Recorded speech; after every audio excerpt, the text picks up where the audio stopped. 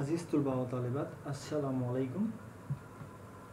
गुज़िश्ता lectures में हमने देखा था तर्जुमे की तारीफ़, उसका फ़न और उसके बाद तर्जुमे की क़िस्में। निसाब का जो दूसरा हिस्सा है तर्जुमे की क़िस्में, उसमें से हमने देखा था कि तर्जुमे की क़िस्मों के ताल्लुक़ से जो अंग्रेज़ी एक राइटर है थियोडोर सावरी, उसने जो अपनी किताब में ख़ुलासा किया था और उस ख़ुलासे के तहत या उन नुकात के तहत उसने ये बात साबित करने की कोशिश की थी कि मतन के अल्फाज का तर्जुमा जो होना है, असल मतन के अल्फाज का तर्जुमा होना चाहिए, फिर असल मतन के मानी व मफ़ाहिम पर मुश्तमिल होना चाहिए तर्जुमा, असल तसनीफ़ की तरह तर्जुमे को पढ़ना चाहिए, तर्जुमे को तर्जुमे की तरह पढ़ा जाना चाहिए, तर्जुमे में असल तसनीफ़ के उसलूब की झलक भी होनी चाहिए, और उसके बाद तर्जुमे में असल मतन से हज़फ व इज़ाफ़ा मुमकिन नहीं है, क्योंकि जिस वक्त तर्जुमा कर रहे हैं हम उस वक्त हज़फ व इज़ाफ़ा की गुंजाइश नहीं हो सकती, और नज़्म का तर्जुमा मंज़ूम या नस्र में हो सकता है। ये थियोडोर सावरी का ख़याल था, और उसने जो क़िस्में बताई हैं दो ही क़िस्मों को उसने असल करार दिया है। तर्जुमे की दो ही असल क़िस्में हैं, एक है आज़ाद तर्जुमा और दूसरा है लफ्ज़ी तर्जुमा। आज़ाद तर्जुमे के ताल्लुक़ से उसने कहा है कि आज़ाद तर्जुमा बिल्कुल असल की तरह होना चाहिए, यानी कि हम जिस ज़ुबान से तर्जुमा कर रहे हैं उस ज़ुबान में असलन में किस तरह से है उसी तरह से दूसरी ज़ुबान में तर्जुमा करते वक्त भी उसको जूं का त्यों ही रखना चाहिए। इसके साथ साथ उन्होंने ये बात भी कही है कि हमें तर्जुमा पढ़ते वक्त ये एहसास नहीं होना चाहिए कि वो किस ज़ुबान से किया गया है, और इस मकसद को हासिल करने के लिए मुतरजिम असल मतन से कुछ इन्हिराफ भी कर सकता है, यानी कि जो तर्जुमा करने वाले हैं या तर्जुमा निगार हैं उनको असल मतन से कुछ इन्हिराफ की गुंजाइश दी गई है।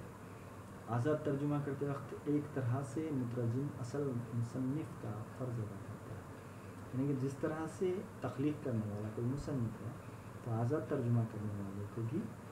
वैसे ही यहाँ पे तस्लीम किया जाता है। मुतरजिम या तर्जुमा निगार असल मुसन्निफ़ की तरह अपना फ़र्ज़ अदा करना चाहिए, यानी असल मुसन्निफ़ की तख्लीक़ के तासुर को तर्जुमे में पेश करते हुए इसे बदबयानती नहीं करनी चाहिए। तो यहाँ पे ये बात बताई जा रही है कि असल मुसन्निफ़ जिस तरह से तख्लीक़ के तासुर को तर्जुमे में पेश करता है ईमानदारी के साथ, उसी तरह से यहाँ पे भी करनी चाहिए, तो इसे कहेंगे हम आज़ाद तर्जुमा। अब उसकी दूसरी जो क़िस्म है वो है लफ्ज़ी तर्जुमा। चलिए देखते हैं कि लफ्ज़ी तर्जुमे के बारे में थियोडोर सावरी ने कौन सी ख़ुसूसियात को ज़रूरी करार दिया है। लफ्ज़ी तर्जुमे में मुतरजिम असल मतन से ज़रा भी इन्हिराफ नहीं कर सकता, यानी कि आज़ाद तर्जुमे में जिस तरह की आज़ादी है असल मतन से कुछ इन्हिराफ की, उसके बरखिलाफ़ यहाँ पे हमको असल मतन से इन्हिराफ की किसी किस्म की कोई भी गुंजाइश नहीं है। वो मतन का पाबंद और वफ़ादार होता है। अगर हम देखते हैं लफ्ज़ी तर्जुमा निगार जो होगा वो मतन का पाबंद होगा, यानी कि असल मतन जो है उसी को पेश करेगा और उसी का वफ़ादार भी रहेगा। दयानतदारी बरतने के बावजूद उसे तर्जुमे की इफादियत का ख्याल रखना पड़ता है, यानी कि तर्जुमा निगार को दयानतदार होना ज़रूरी करार दिया गया है, वो आज़ाद तर्जुमा हो या लफ्ज़ी तर्जुमा। लेकिन यहाँ पे और एक बात उसके साथ जोड़ दी गई है, वो ये है कि दयानतदारी बरतने के बावजूद उसे तर्जुमे की इफादियत का भी ख्याल रखना पड़ता है। तर्जुमे से क्या फ़ायदा पहुँचने वाला है इसका भी ख्याल तर्जुमा निगार को रखना ज़रूरी हो जाता है, और ये भी देखना होता है कि तर्जुमा दिलचस्पी और आसानी से पढ़ा जाए। इसके साथ साथ लफ्ज़ी तर्जुमे के लिए ज़रूरी है कि तर्जुमा दिलचस्पी से और आसानी से पढ़ा जाए, यानी कि जब तर्जुमा किया गया है یا کرنے کے بعد اس کا جب مطالعہ کیا جائے تو وہ آسان لگے اور اس میں دلچسپی پیدا ہو، اس میں پیچیدگی اور الجھاؤ پیدا ہو۔ اب جب پیچیدگی اور الجھاؤ پیدا ہوگا تو ظاہری بات ہے قارئین اس کو دلچسپی سے یا آسانی کے ساتھ نہیں پڑھیں گے۔ تو لفظی ترجمے میں اس کو ضروری قرار دیا گیا ہے کہ پیچیدگی اور الجھاؤ بھی پیدا ہونے نہیں دینا چاہیے۔ یہ ترجمہ نگار کی ذمہ داری ہے یا مترجم کی ذمہ داری ہے۔ اس کے لیے ضروری ہوتا ہے کہ مترجم اپنی زبان کے محاورات اور اظہارات پر پورا عبور رکھتا ہے۔ لفظی ترجمہ نگاری کے مترجم پر یہ ذمہ داری عائد کی گئی ہے کہ وہ جب کبھی بھی جس زبان میں بھی ترجمہ کر رہا ہے اس کو اپنی زبان کے محاورات پر اور اظہارات پر مکمل عبور ہونا چاہیے۔ اس سے ہوگا یہ کہ جو لفظی ترجمہ کیا گیا ہے وہ دلچسپ لگے گا، آسان لگے گا، اس میں پیچیدگی اور الجھاؤ بھی پیدا نہیں ہوگا۔ تو یہ تمام خوبیوں کو، یعنی کہ اصل متن سے بغیر انحراف کے، پھر متن کا پابند اور وفادار ہونا، دیانتداری برتنے کے باوجود ترجمے کی حفاظت کا خیال رکھنا، اور یہ بھی دیکھنا ہوتا ہے کہ ترجمہ دلچسپی اور آسانی سے پڑھا جائے، پیچیدگی اور الجھاؤ پیدا نہ ہو، اور مترجم اپنی زبان کے محاورات اور اظہارات پر پورا عبور رکھے۔ تو یہ خوبیاں جہاں دکھائی دیں گی وہ لفظی ترجمہ کہلائے گا، یعنی کہ ان خصوصیات کی بنا پر ہم کہہ سکتے ہیں کہ یہ لفظی ترجمہ ہے۔ تو اس طرح سے تھیوڈر ساوری نے اپنی کتاب میں ترجمے کی دو ہی قسمیں بتائی، لیکن اگر ہم موضوع، طریقہ کار اور تکنیک ان سب کا مطالعہ کریں گے تو اس صورت میں ہمیں دوسری اور بھی کئی قسمیں دیکھنے کو ملیں گی۔ تو ہم جب دوسری قسموں کی بات کرتے ہیں تو ہم کو کیا دیکھنا پڑے گا؟ موضوع بھی دیکھنا پڑے گا، طریقہ کار بھی دیکھنا پڑے گا، اور تکنیک بھی دیکھنا پڑے گا۔ ان تین نکات کے تحت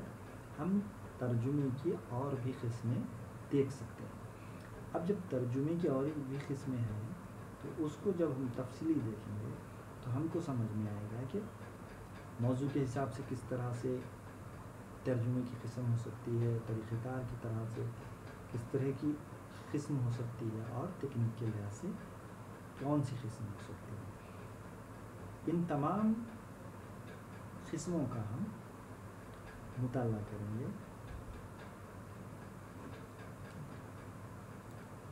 ویسے تو ترجمے کی جو روایت ہے بہت پرانی ہے، لیکن اس کے اصول و ضوابط کی طرف بہت کم توجہ دی گئی، اور ترجمہ نگاروں نے یا مترجموں نے اپنے ڈھنگ سے ترجمے کیے ہیں۔